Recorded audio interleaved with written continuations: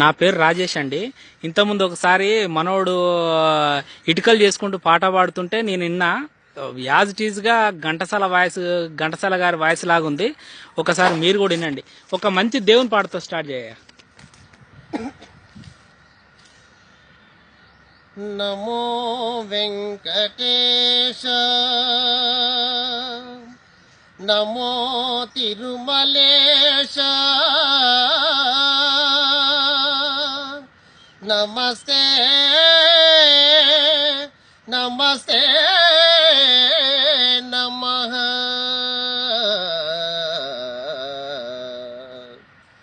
నమో వెంకటేశ, నమో తిరుమలేశ, నమో వెంకటేశ, నమో తిరుమలేశ.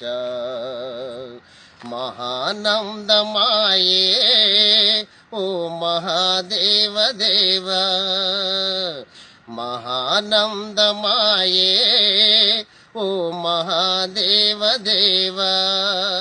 ఇంకేమైనా పద్యాలు వస్తాయా? పద్యాలు వస్తాయి సార్? వస్తాయి. పాడు, ఒక పద్యం వాడు మంచిది. నన్ను రారమ్మని చేరమిల్చి, నన్ను రారమ్మని చేరమిల్చి, ఈ విధముగా నంబించి రాగించి,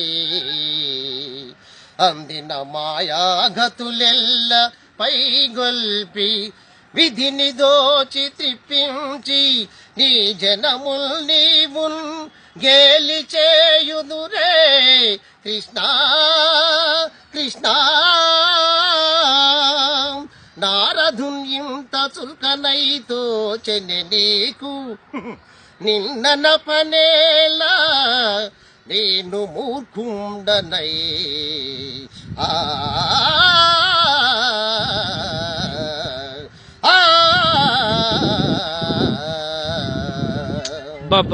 చాలా చాలా అద్భుతంగా ఉంది. ఇంకేమైనా వస్తాయా? పద్యాలు? ఘంటసాల గారి పాటలు చాలా వరకు పాట సార్, నాకు అభిమానం. ఘంటసాల గారి పాట నా ప్రాణం. ఎక్కడ ప్రోగ్రామ్ ఆడైనా కూడా ఒట్టికి అట్లా పోయి చూస్తుంటే, మనం ఏదో ఇలాంటి పనులు చేస్తాం కాబట్టి మనల్ని ఎవరు అక్కడ పోలేకపోయినాం దూరంగా. అయితే ఇప్పుడు ఘంటసాల గారి పాటలు ఇంకా పాడాలంటే ఇంకొక పాట పాడతా. మీరు ఎన్ని పాటలను పాడాలంటే అయితే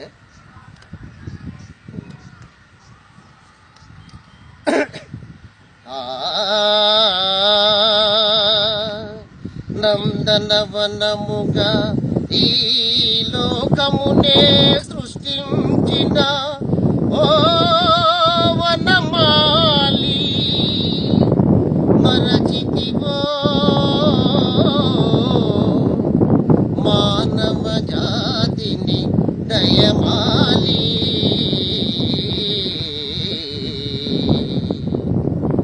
బలి బలి అందాలు సృష్టించావు, ఇలా మురిపించావు, అదే ఆనందం, అదే అనుబంధం.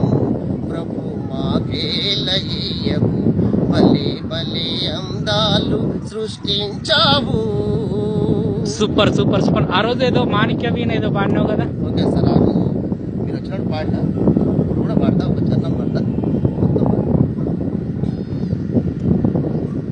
మాణిక్య వీణాము పలాలయంతి మదాలసాం, మంజుల వాగిలాసాం, మహేంద్ర నీలో తుతి కోమలాంగి, మాతంగ కన్యాం మనసా స్వరామి. చతుర్భుజే చంద్రకళావతంసే, కుచోన్నతే కుంకుమరాగశోనే, పుండ్రేక్షు పాశాంకుశ పుష్పభానహస్తే, నమస్తే జగదేక మాతః, జగదేక మాతః.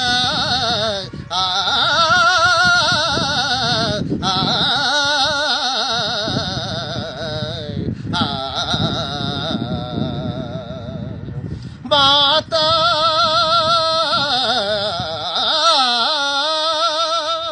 మరకత శ్యామ మాతంగి మను. ఇంకా ఇంకేమన్నా వస్తాయా? వస్తాయి సార్. ఓ పాటలు ఇది ఘంటసాల గారి ఫేమస్ శిలలపై శిల్పాలని ఒక పాట ఉంటది కదా, వస్తుందా? Sir okay. అహో ఆంధ్రభోజా శ్రీకృష్ణదేవరాయ